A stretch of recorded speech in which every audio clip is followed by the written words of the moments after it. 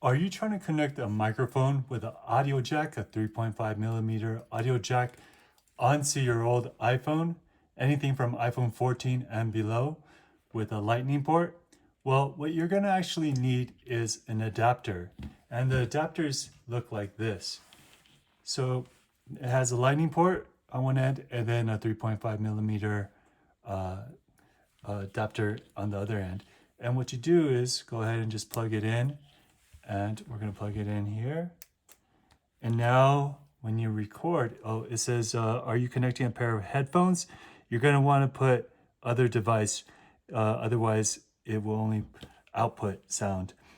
So yeah, once you do this, then you're going to be ready to go, and then you can go ahead and record things and talk with the mic. Okay, talk with the mic, testing, testing. All right, so then let me go ahead and just show you. Once we, okay. Okay, talk with the mic, testing, testing. And talk with the mic. Okay, talk with the mic, testing, testing. All right, guys. So that's pretty much it. I'll put a link for one of these below. It's really handy.